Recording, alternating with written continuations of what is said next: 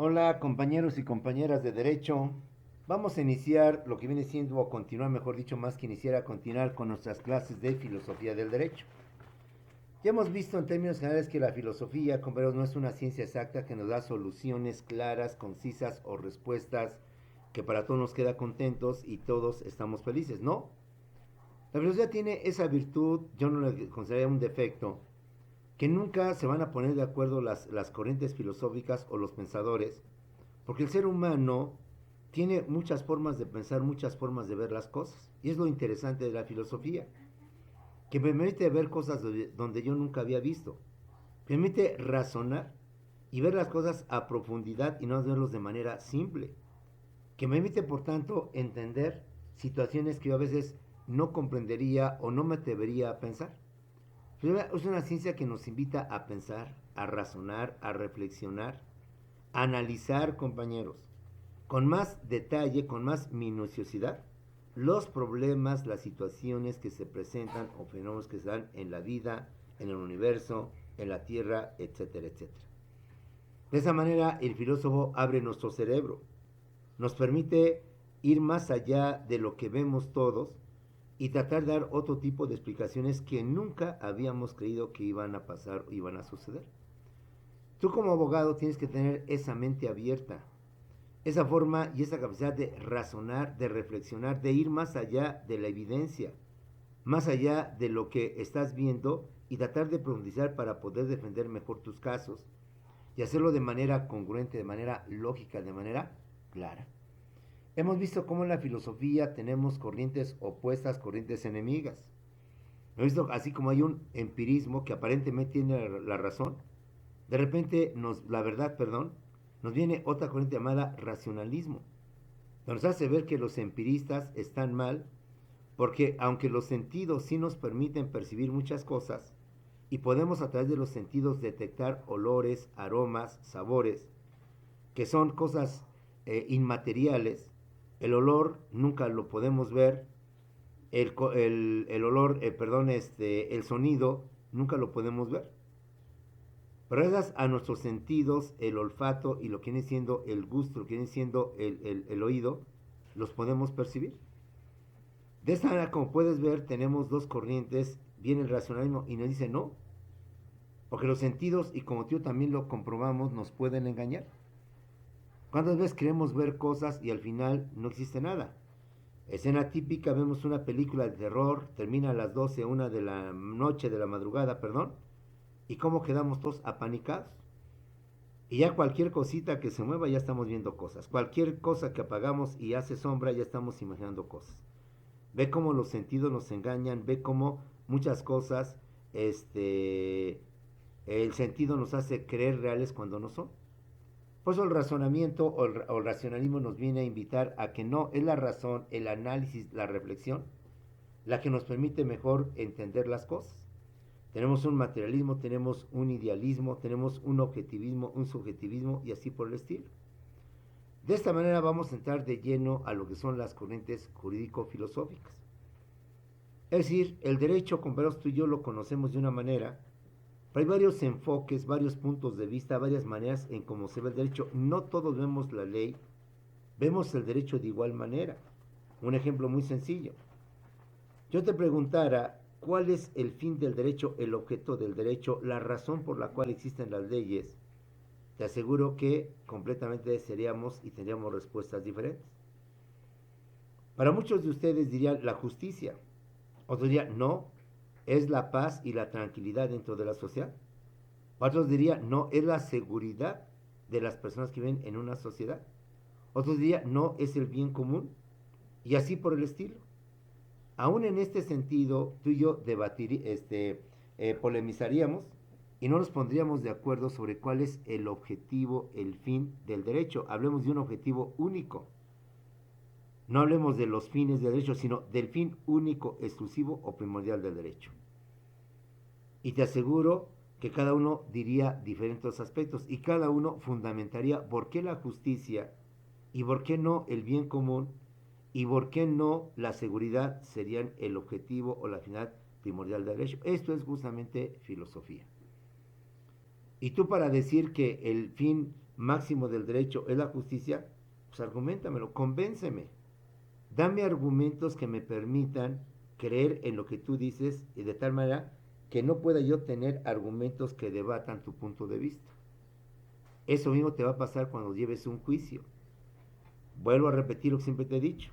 Increíblemente, dos abogados que han llevado, aunque en diferente escuela, mismos conocimientos, mismos conceptos, mismos términos, mismo de todo a todo, van a enfrentarse en un juicio donde los dos van a tener puntos de vista diferentes. En donde, independientemente de las pruebas, como decían coloquialmente, el que tiene más saliva traga más penol.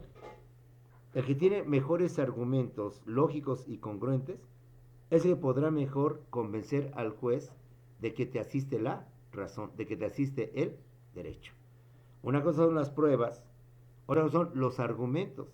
Y si los dos los complementas debidamente, correctamente, los enlazas debidamente, pues casi casi tienes ganado un juicio. Podrás tener las mejores pruebas, pero no las sabes argumentar, pues ahí a lo mejor se pierde algo de tus pruebas. Podrás tener muy pocas pruebas, pero si las sabes argumentar, fundamentar, darle un sentido lógico congruente, a lo mejor en tus alegatos puedes llevar la delantera con la otra persona. Vamos por tanto a ver cómo los abogados, los juristas, los estudiosos del derecho, los expertos en derecho, visualizan y analizan el derecho, las leyes y cómo se concibe el derecho a través de estas corrientes filosóficas. Pero antes de entrar de lleno a todo esto, quiero sí hacer referencia a algunos conceptos que sí estimo oportuno por la cantidad de cosas que se manejan dentro de las corrientes filosóficas. Que me queda claro que usted ya las está viendo en fundamentos de derecho o introducción del derecho o a la materia que más o menos tiene este tipo de conocimientos. Vamos a ver qué es el derecho, independientemente de la definición que tiene tu maestro o maestra en la materia respectiva o en otras materias, y vamos a entender que el derecho tiene varios significados. Entendemos por derecho una cosa, pero la palabra derecho dentro de nuestra carrera tiene varios significados, varias denotaciones, y que vamos en ese momento a apreciar para poder entender un poquito las corrientes filosóficas. Por principio, ¿qué es el derecho? Es una forma muy sencilla, muy escueta, sin meternos en tantas cosas. Es el conjunto de leyes que reglamentan la conducta, el comportamiento dentro de las personas dentro de una sociedad. De una forma muy sencilla, ¿qué es de hecho? El conjunto de leyes que regulan, que reglamentan la conducta, el comportamiento de las personas dentro de una sociedad. Que nos dicen lo que debemos y lo que no debemos de hacer. Increíblemente los seres humanos no sabemos vivir en sociedad. Increíblemente e indebidamente, a pesar de nuestras características, que somos seres racionales, somos seres pensantes, somos seres sociales, somos seres cognitivos y demás grandes cualidades, los seres humanos no sabemos convivir en sociedad. La prueba de nada más: robos, secuestros, asesinatos, extorsiones, guerras, manifestaciones, violencia, divorcios, ¿sí? Abandono de hijos y cuántas cosas más. Como puedes ver, el derecho es fundamental en la sociedad. Porque aunque a ti y a mí no nos gustan ni las leyes ni las autoridades, viéndolo como personas, no tanto como especialistas o abogados, porque por eso quieres ser abogado, que sí te gusta el derecho, pero en términos generales, si habiendo leyes, habiendo autoridades, hay violencia, hay secuestros, hay robos, hay asesinatos, ahora ponte a pensar, ¿qué pasaría este mundo si no tuviera ni leyes ni autoridades? No nos gusta que un agente de tránsito nos detenga, mucho menos nos gusta que un policía nos llame la atención. Pero compañeros, no hemos sabido vivir en sociedad. No hemos sabido comportarnos en sociedad. Cada uno balconece íntimamente. ¿Y quién no hemos tenido problemas con el vecino? ¿Quién no hemos tenido problemas en el trabajo? ¿Quién no tenemos disgustos constantemente dentro de lo que viene siendo nuestra sociedad? Como puedes ver, los seres humanos no sabemos vivir, convivir y llevar una vida dentro de una sociedad. Por eso el derecho es fundamental y por eso seguramente a ti te gusta y tú quieres estudiar esta profesión. ¿Qué es el derecho? El conjunto de leyes que reglamentan la conducta, el comportamiento de seres humanos dentro de una sociedad, diciéndonos en cada ley lo que debemos de hacer y debemos de hacer. Ejemplo, en la ley federal del trabajo se establecen cuáles son los derechos y las obligaciones tanto del patrón como del trabajador. En la ley del IVA nos dicen quiénes tenemos que pagar impuestos, cuánto debemos de pagar impuestos y cómo debemos de pagar impuestos. Quiénes podemos hacer deducibles algunos gastos de impuestos y de esta manera poder cumplir con las obligaciones fiscales a las cuales estamos sujetos. En un código penal nos dicen que si cometemos actos indebidos, actos ilegales, seremos pues por tanto llevados ante la justicia y por tanto tener que pagar una condena, una purga, que puede ir desde la famosa cadena perpetua, que es prisión de por vida, a quizás 2 o 3 años. Eso viene siendo el famoso derecho. En esencia, ya en una forma más elegante, hay algunos autores que dicen conjunto de normas externas, bilaterales, coercibles y heterónomas que emanan o dicta el poder público a través del poder legislativo y el poder ejecutivo para reglamentar la conducta de las personas dentro de una sociedad. Bueno, se oye bonito, se oye elegante, muy técnica, pero bueno, mejor manejemos la primera definición, simple, sencilla y asequible, fácil de entender. El derecho tiene varios significados, tiene varias connotaciones que debemos de entender para poder comprender un poquito más lo que viene siendo la filosofía del derecho. Entre los muchos significados o diversos conceptos o acepciones que tiene la palabra derecho, tenemos primeramente lo que es derecho positivo, o también llamado el jus-positivismo. Jus, acuérdate que es un término latino que significa derecho en latín. Entonces es derecho positivo o jus-positivismo, derecho positivo. ¿Qué es el derecho positivo o el jus-positivismo? Es el conjunto de leyes que dicta el Estado o la autoridad. Un derecho positivo es aquellas leyes que van a ser dictadas por la autoridad, por el Estado, tanto por el poder ejecutivo como por el poder legislativo. Ese es un derecho positivo. En contraposición al derecho positivo tenemos el derecho natural, o también llamado el jus naturalismo. ¿Qué es el derecho natural o el naturalismo? Es el conjunto de valores, de principios y de prerrogativas fundamentales que los seres humanos tenemos de forma inherente, de forma innata, y que por tanto la autoridad debe de reconocer y debe de respetar. Es decir, los derechos naturales existen, siempre han existido y son parte del ser humano. Así como tenemos brazos, tenemos corazón y tenemos cerebro, dentro de nosotros también tenemos derechos que vienen con nosotros. El derecho a la libertad, el derecho a la justicia. Decían por ahí, si los animales siendo animales son libres, con cuánta mayor razón el ser humano va a ser libre. Si las aves que son aves andan libres en el cielo, andan libres pues en el aire, con cuánta mayor razón el hombre debe ser libre. Para el derecho positivo, los derechos existen siempre y cuando la autoridad los acepte, los plasme y los reconozca. Mientras la autoridad en una ley no los consagre, no tienes ningún derecho. Mientras la ley no establezca que las mujeres tienen derecho a votar, pues no pueden votar. Ellas solamente tendrán derecho a votar cuando Adolfo Ruiz Cortines, en los años 50, dio ese derecho a la mujer con perros. En cambio, el derecho natural sostiene que los seres humanos, aunque la autoridad no lo reconozca, y es que los derechos no dependen de la autoridad. Los derechos ya vienen consigo, con el ser humano. El derecho es como una mano, como un brazo. La autoridad no te puede prohibir que la mano no la uses o que las piernas no las uses. Es algo que viene conmigo, es algo innato, es algo propio del ser humano. Es algo que la naturaleza o Dios, según tus creencias, ya traemos con nosotros. Y la autoridad, lo único que debe de hacer es reconocer, aceptar ese tipo de derechos. Ve cómo aquí ya mantenemos dos posturas diferentes que ahorita vamos a ahondar. Por derecho positivo entendemos las leyes que reconocen derechos siempre y cuando la autoridad así lo establezca.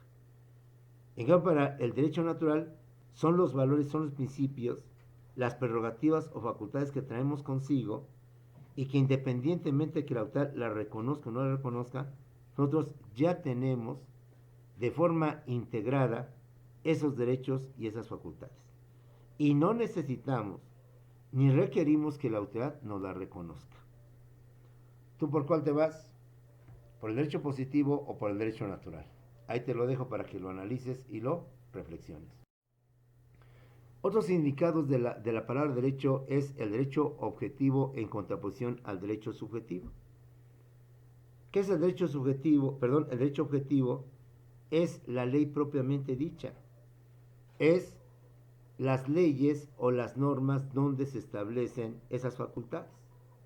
Hecho objetivo es la ley propiamente dicha, donde se establecen los derechos y las obligaciones. Cuando tú dices, quiero el Código Civil y ves el Código Civil, pues es un derecho objetivo. Porque en ese documento llamado Código Civil, ahí están establecidos los derechos, las obligaciones que tienen las personas dentro de su vida privada, en la familia, con motivo de los contratos. Cuando yo veo la Ley Federal del Trabajo, ahí están las disposiciones de los derechos y obligaciones que tienen las partes patrón y trabajador. Esa ley es un derecho objetivo. La ley propiamente dicha se le conoce como derecho objetivo. De forma paralela tenemos el derecho subjetivo. ¿Qué es el derecho subjetivo? Es el derecho del sujeto.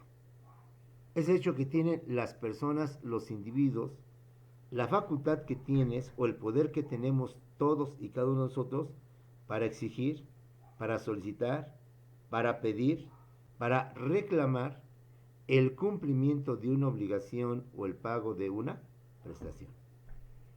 El derecho subjetivo se refiere al sujeto, subjetivo viene de sujeto. Y el derecho subjetivo es la facultad que tiene la persona, que tenemos tú y yo para exigir, para reclamar, para solicitar ante personas o ante autoridades el cumplimiento de una obligación o el pago de lo que viene siendo una prestación.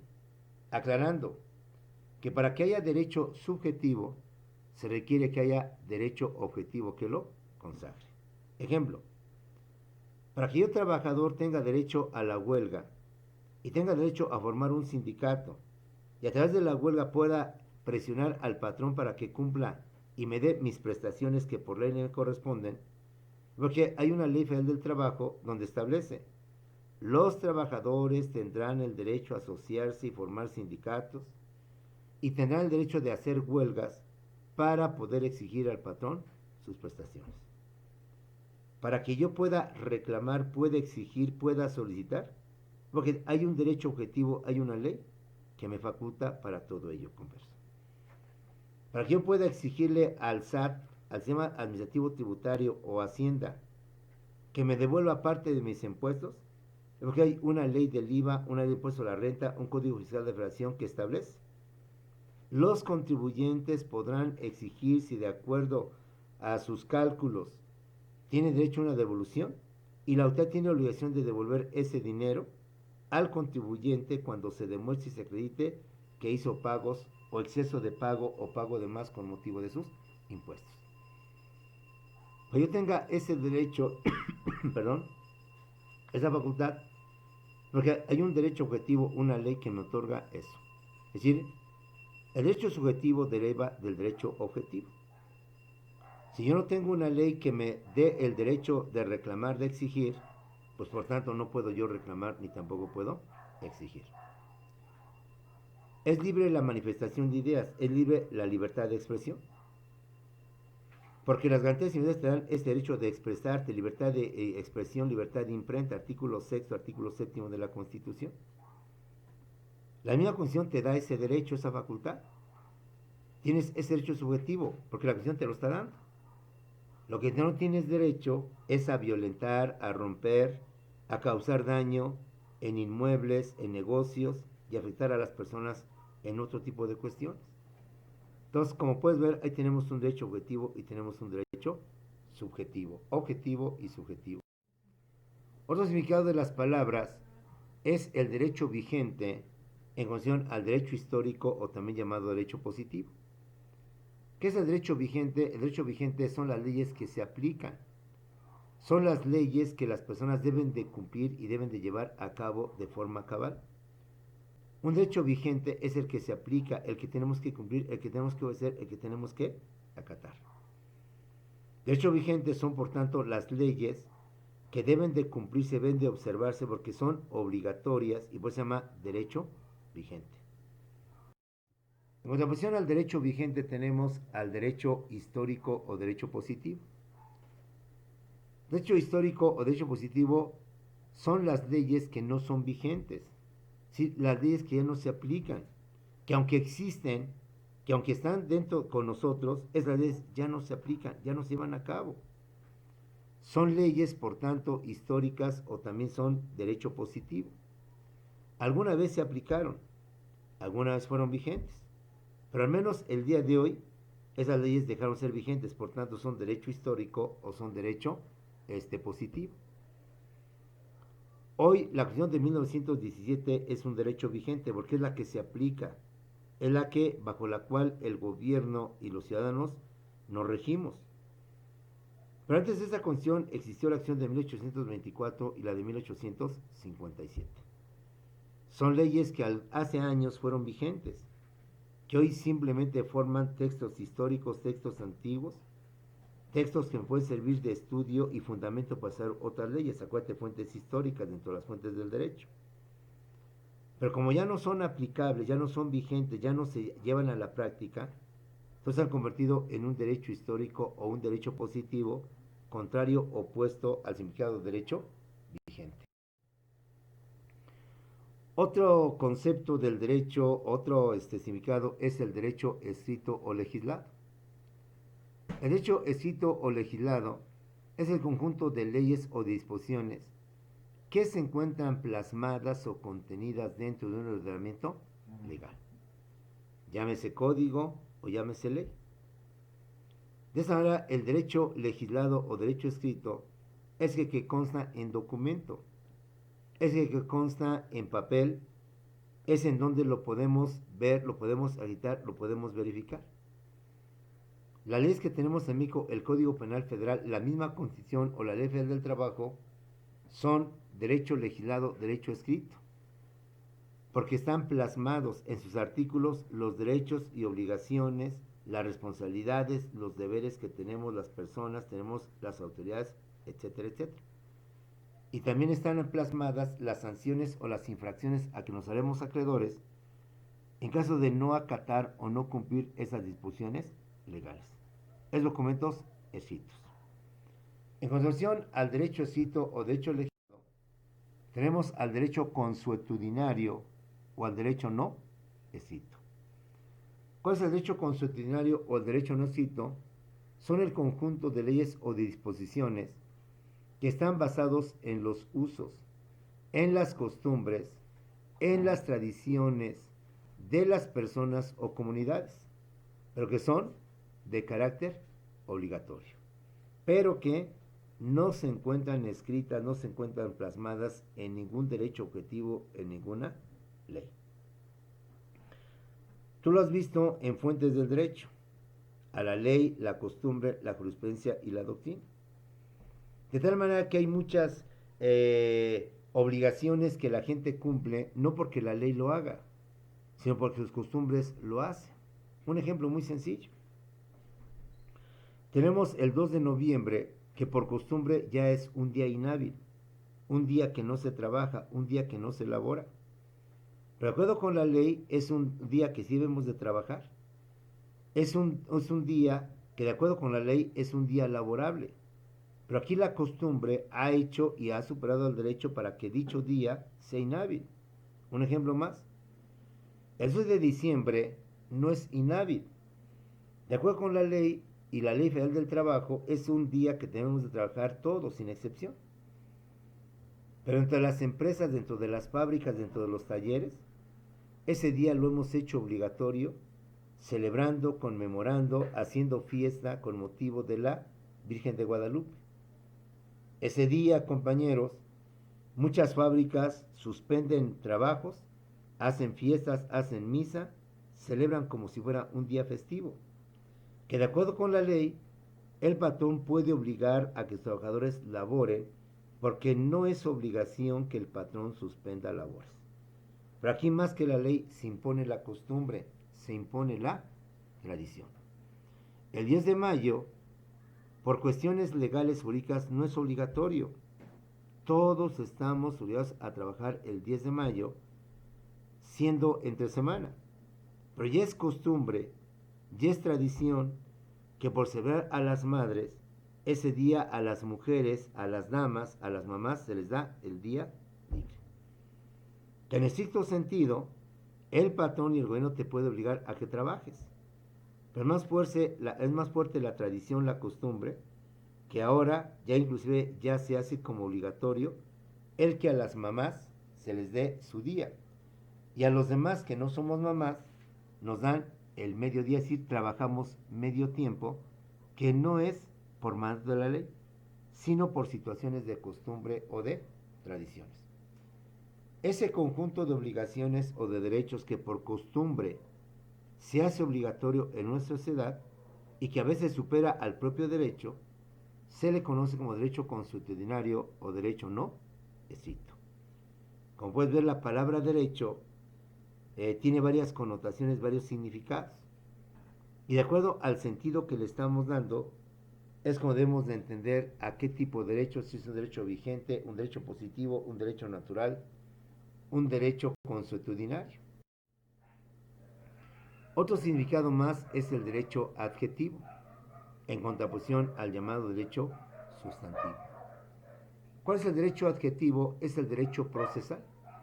Es el conjunto de leyes que regulan los procesos y a las autoridades judiciales, a los jueces, a los tribunales y a los juzgados. Sabemos que toda facultad que te otorga la ley para reclamar, para exigir, para solicitar el cumplimiento de una obligación o el pago de una prestación, debe hacer en forma civilizada, no a través de la venganza, no a través de la ley del talión, ojo por ojo, diente por diente, o a través de la ley del más fuerte, sino que hay un derecho que te marca los pasos, los procedimientos, el proceso, las etapas que debes de seguir ante un tribunal, ante un juez, para exigir y hacer valer tu justicia, para exigir y hacer valer lo que vienen siendo tus derechos. A todo código civil le acompaña un código de procedimientos civiles. A todo código penal le acompaña un código de procedimientos penales. A ese conjunto de códigos o de leyes, llamado de procedimientos civiles, procedimientos penales, se le conoce como derecho adjetivo, y como el derecho procesal. Las leyes que regulan los procesos, que dicen cómo se debe hacer un proceso, las etapas, cómo se debe llevar el tiempo que se debe llevar esas etapas, ofrecimiento de pruebas, desahogo, alegatos, sentencias. Que por tanto le dice a los jueces cuáles son las reglas o la forma en que debe resolver un conflicto, un asunto, dentro de lo que viene siendo su competencia. En contraposición al derecho adjetivo está el derecho sustantivo. El derecho sustantivo son las leyes que consagran o establecen los derechos y obligaciones. Igual a lo mismo. El derecho sustantivo es el Código Civil, es el Código Penal, pero ese conjunto de leyes que establece tus derechos y tus obligaciones, para exigirlos o para hacerlos valer, va a venir otra ley que es el Código Adjetivo, donde se establecen las etapas o procesos. A todo código civil viene un código de procedimientos civiles. A todo código penal viene un código de procedimientos penales. A todo código fiscal de la Federación viene un reglamento en donde te establecen los procesos ante el Tribunal Fiscal de la Federación de cómo se vendían los conflictos entre el fisco y lo que viene siendo el contribuyente. Bajo este escenario, vamos a entrar de lleno, por los grandes significados que tiene la palabra derecho, a las corrientes filosóficas o pensamiento jurídico filosófico propiamente dicho. ¿Qué son las corrientes filosóficas? Son los diversos puntos de vista, los diversos puntos de vista de cómo los juristas, los especialistas en derecho, determinan y ven al derecho sus fines, sus objetivos, etcétera, etcétera. Porque dentro del derecho, dado que es una ciencia social, una ciencia humanística, no todos pensamos igual sobre el derecho. No todos pensamos que el derecho, o para qué es el derecho, o cuál es el significado del derecho. Te decía yo hace rato, compadres. Y ahorita les dijera, ¿cuál es el fin único, el fin máximo, el fin supremo del derecho? Es obvio que entraríamos en disputa entre todos nosotros. Porque para muchos de nosotros el fin máximo del derecho es la justicia. Pero otros dirán, no, la justicia no es, sí es, pero el fundamental es más bien la seguridad de las personas en una ciudad. No, no es seguridad, es el bien común, es el bienestar que debe de procurarse en todos los integrantes de una sociedad. Por tanto, como puedes ver, ya empezamos a entrar de lleno a lo que es la filosofía del derecho. No todos concebimos al derecho de igual manera. No todos pensamos que los fines de derecho sean los mismos. Por tanto, los diversos enfoques, los diversos puntos de vista en cómo vemos al derecho es lo que constituye las corrientes filosóficas o el pensamiento jurídico filosófico. Dentro de estas diversas corrientes filosóficas está lo que vimos hace rato, que es el justnaturalismo o derecho natural. Esta corriente filosófica sostiene que el derecho como conjunto de facultades y prerrogativas son inherentes, son innatas, son inseparables al ser humano, son propios de la humanidad, vienen con él y son parte de los seres humanos. Para el derecho natural, los seres humanos, así como tenemos brazos, piernas y cerebro, traemos con nosotros una cantidad de derechos que ya los traemos por sí mismos, porque somos seres humanos. E insisto, si los animales son libres, con cuánta mayor razón el hombre ser libre. Si las aves son libres, con cuánta mayor razón los seres humanos somos libres. Por tanto, el derecho ya es algo que traemos con nosotros, es algo que Dios o la naturaleza ya nos dio. Esos derechos a la libertad, derechos a la justicia, derechos a la igualdad, derechos a todo esto, son derechos que traemos con nosotros, que la autoridad lo único que debe hacer es reconocerlos y respetarlos. Que no estamos que la autoridad los consagre, porque ya esos derechos están inherentes, están adheridos a lo que vienen siendo nosotros mismos. O mejor dicho, dentro de esta teoría tenemos a varios grandes exponentes.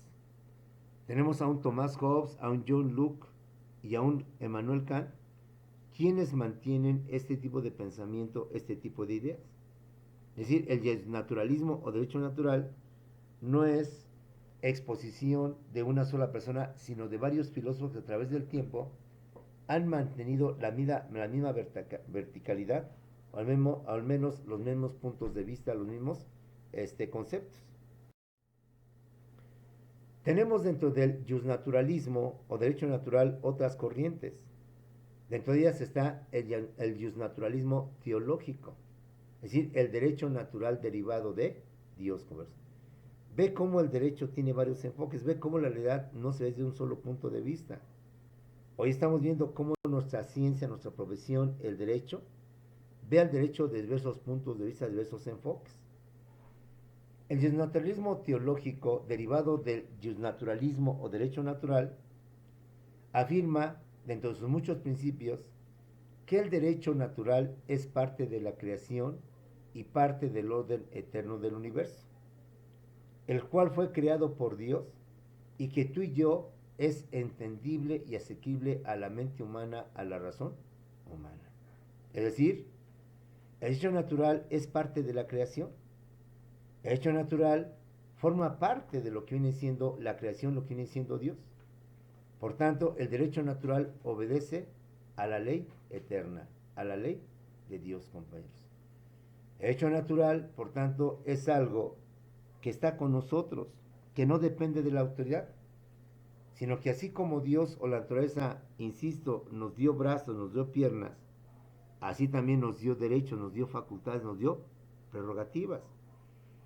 Y nosotros no necesitamos que ninguna autoridad, que ninguna ley nos la reconozca, porque ya están con nosotros y son parte de nosotros.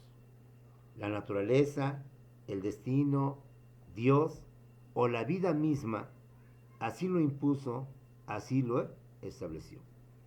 Y para el naturalismo teológico que cree en Dios, nosotros y el derecho son parte de la obra de Dios. Formamos parte, por tanto, de la obra de Dios. Y por tanto, el derecho natural deriva justamente de la ley eterna, de la ley de Dios. Segundo principio, el derecho emana, el derecho deriva de Dios, compadre. Más que el derecho haya sido inventado por los romanos, más que el derecho haya sido una creación de la civilización romana, dentro de todo esto está implícitamente escondido, implícitamente establecido, que el derecho más bien es parte de Dios, emana de Dios y deriva por tanto de Dios, compañeros. Otro principio del naturalismo teológico es que el derecho es la voluntad de Dios, la razón divina que manda conservar el orden natural y prohíbe perturbar. ¿Eh? La naturaleza y el universo es perfecto. La naturaleza y el creador que hizo este universo es perfecto. Funciona igual o mejor que una máquina de reloj. De haber hecho este universo, ya no hablemos de este mundo ni de este hombre, es una perfección. En consecuencia, el derecho es voluntad de Dios y nos manda conservarlo. Nos manda mantener ese orden natural y en consecuencia nos prohíbe el perturbarlo, el afectarlo, el violentarlo, compañeros. Hoy apenas el hombre lo empieza a entender. Hoy apenas los seres humanos lo empezamos a comprender. La prueba, el derecho ecológico no existía. El derecho ecológico es una rama reciente, es una parte del derecho que se ha desprendido justamente para regular esos daños, esa contaminación, esos efectos invernaderos que le estamos causando a la naturaleza, al mundo, y que obviamente pronostican la destrucción del ser humano. El derecho tiende a perfeccionarse. El derecho tiende, por tanto, a seguir los hilos de donde viene, de Dios, quien ordena, quien manda conservar el orden natural y que por tanto prohíbe perturbarlo, afectarlo, dañarlo, converso.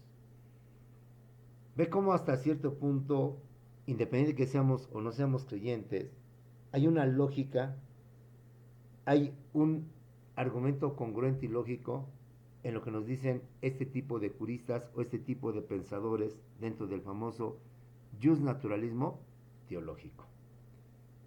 Y por si aún lo dudabas o aún no lo creías, nos dicen estos just teológicos lo siguiente: al lado de la ley eterna, que es la ley de Dios, se encuentra la ley natural, que es también ley emanada de Dios, y la misma está inscrita en el corazón y la conciencia de la humanidad, compañeros.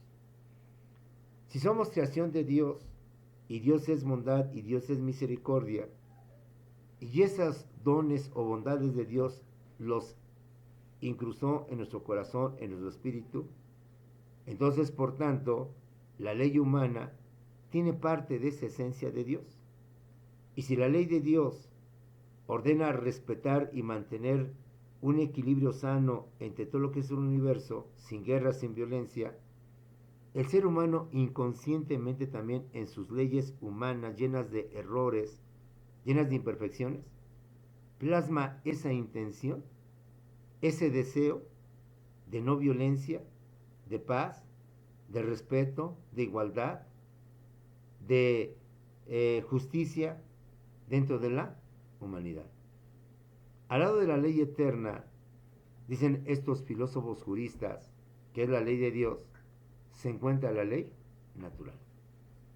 De forma paralela a la ley que Dios estableció en el universo, se encuentra la ley de los seres humanos, los derechos que tenemos los seres humanos, que la misma Dios nos dejó inscritos o grabados en nuestro corazón, en nuestra conciencia, y que inconscientemente, se manifiesta a través de las civilizaciones y culturas cuando aparece el derecho y se empieza a perfeccionar este conjunto de leyes. Otro principio del famoso justnaturalismo teológico es que al lado de la ley natural está la ley humana, que deriva de la voluntad del legislador humano. La ley de Dios deriva de Dios. El derecho natural forma parte de Dios. Y la ley humana deriva del ser humano y también forma parte de lo que viene siendo, pues, Dios.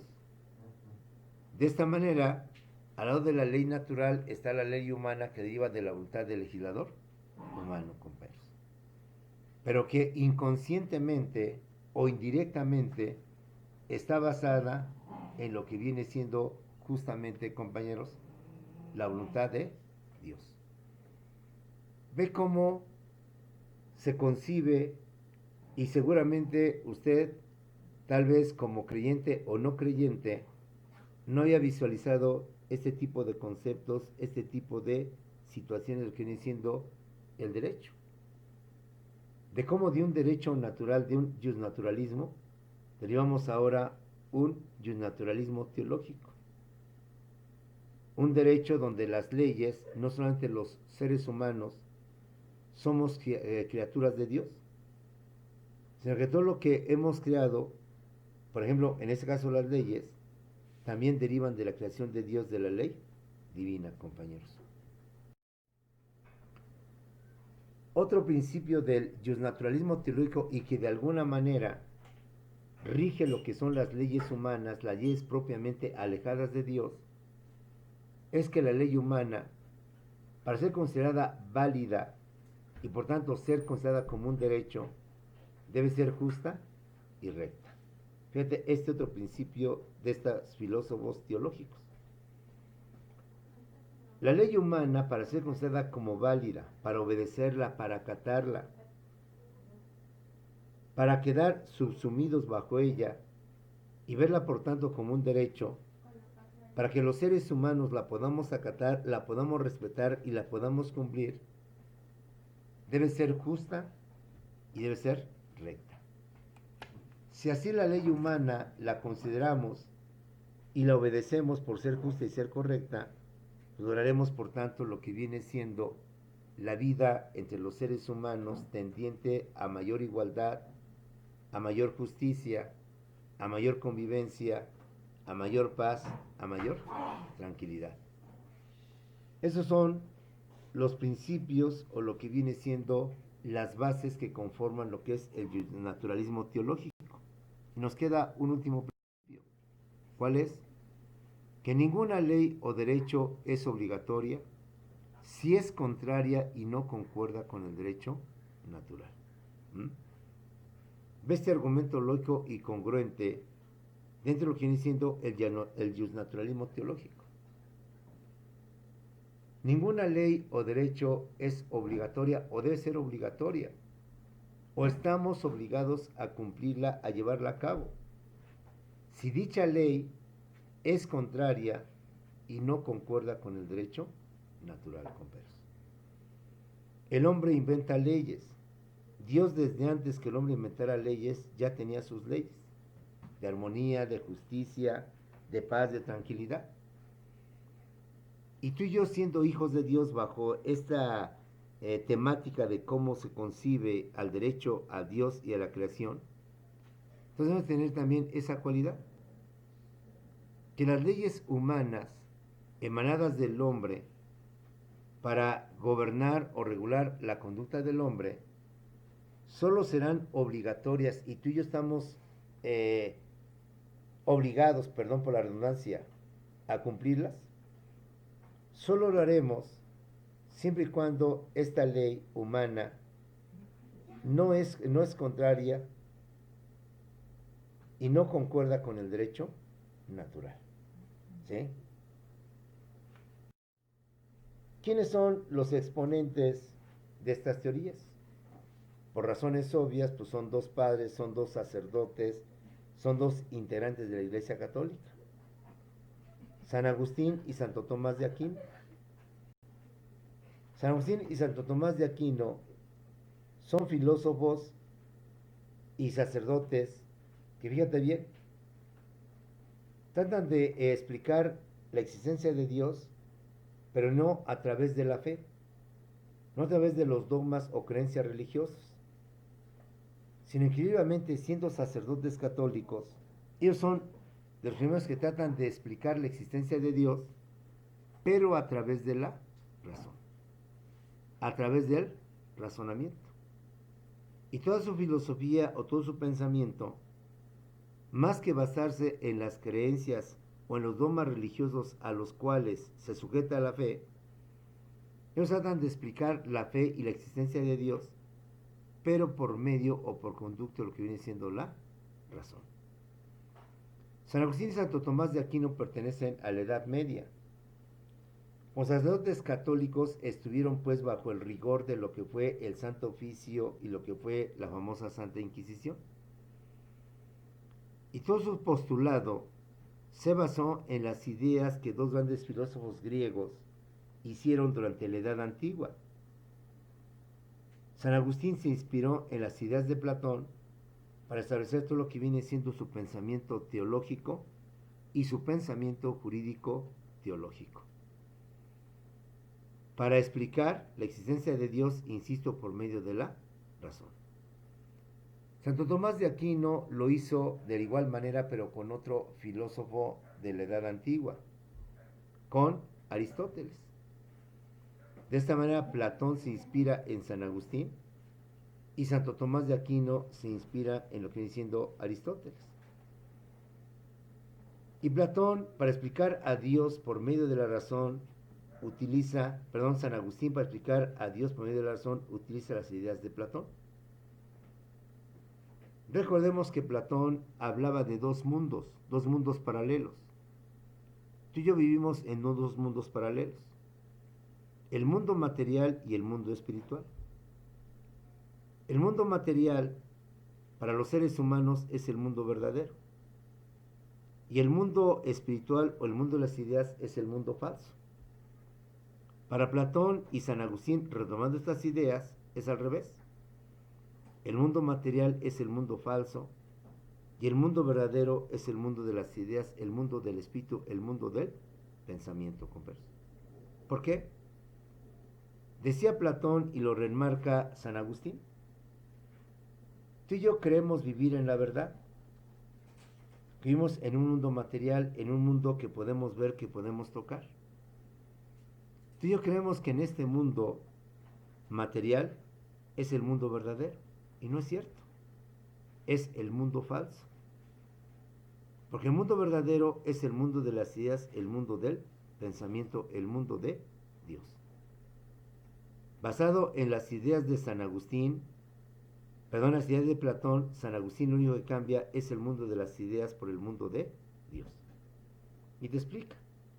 Y creo que una vez te lo comenté y te lo vuelvo a comentar, que no está de más. Para Platón, compañeros, en este mundo falso que es el mundo material, tú y yo creemos haber conocido el amor.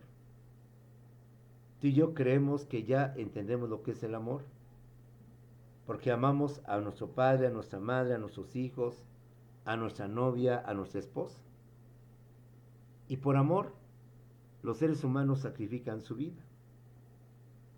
Por amor, siendo novios, te peleas con tus padres porque tus padres no están de acuerdo con ese chavo o esa chava. Y tienes constantemente conflictos. No te quiero volver a ver con ese muchacho. No quiero que traigas a esa muchacha, no me cae. Además, no es una persona digna de ti. Y ahí vienen los problemas. Pero tú por amor lo defiendes a capa y espada. E incluso te enfrentas a ellos. Quien se va a casar con él, mamá, o con ella no eres tú, soy yo. quien va a estar con él voy a ser yo, no tú, mamá. Y si está flaco, está flaca, no lo quiero para una carnicería, lo quiero por sus sentimientos. Ve hasta qué nivel llegamos por defender a una persona. Por amor, compañeros, tú y yo damos nuestra vida para que salve ese ser querido. Señor doctor, saque toda la sangre de mi cuerpo, pero por favor salve a mi madre, salve a mi hijo. Tú estás dispuesto a dar tu sangre para que ese ser se salve. Por amor, y Dios quiera que nunca ni tú ni yo tengamos esta prueba, somos capaces de donar un riñón para que nuestro ser querido se salve. Hemos llegado al extremo de dar nuestro corazón para que un ser querido se salve. Pues sabemos que difícilmente alguien ajeno a nuestra persona nos puede dar esos órganos. Pero es tanto el amor que sentimos una persona que estamos dispuestos a dar nuestra vida por ese ser querido. ¿Cuántas historias has escuchado donde o salvas a la madre o salvas al hijo? Con motivo de un parto, quizás maltratado, quizás lo que tú quieras, hay ese dilema. ¿Y cuántos padres o cuántas madres tienen que sacrificar a uno por el bien del otro? Cuando tú das la vida por otro ser, se supone que has conocido el verdadero amor. Porque dar la vida por un ser querido o por un ser que amas es la máxima expresión de lo que es el amor. Pero una vez te lo dije, te lo voy a repetir. San Agustín, y más que San Agustín, Platón te dijo, ¿ves cómo vives en un mundo falso? ¿Ves cómo tú crees que conoces el amor y ese no es verdadero amor? Ah, caray. Dices tú, ¿cómo que no es amor dar la vida por un ser querido? No, no es amor. Porque ese amor que tú dices es un amor parcial, es un amor limitado. No es el verdadero, el auténtico, el legítimo amor. Dime, y así nos decía Platón, y después nos decía San Agustín. Tú eres capaz de dar la vida por un ser querido, por amor. Tú y yo apenas nos conocemos y de forma virtual. Ahorita me empieza a dar el telele porque ya estoy viejito. Me empieza a infartar. Y más a pesar que estamos en clase presencial, no en clase virtual. Y el paramédico, el médico dice, jóvenes, ustedes que están fuertes, quiero que me donen un riñón para que el maestro se salve. Seamos honestos, seamos honestos.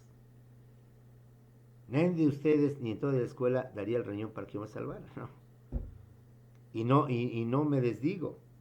A lo mejor yo también, maestro del riñón por su alumno. Ay, caray, pues como que, ¿sabes qué? Sí lo daría, pero tengo un mejor mañana. No, pues mañana, ¿para qué quieres el riñón? Ya se murió. Entonces, como puedes ver, tú y yo no conocemos el verdadero amor.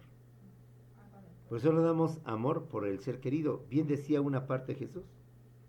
Y eso que no soy bíblico. Y tú me puedes corregir.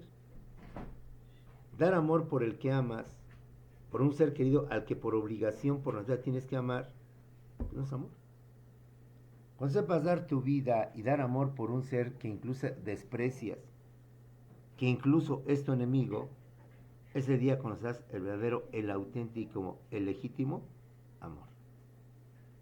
Si tú eres creyente de Jesús o no eres creyente nada más, se supone que Jesús, seamos o no seamos creyentes en Él, fue un ser humano y dicho con respeto, a aquellos que no creen o no lo aceptan como Dios.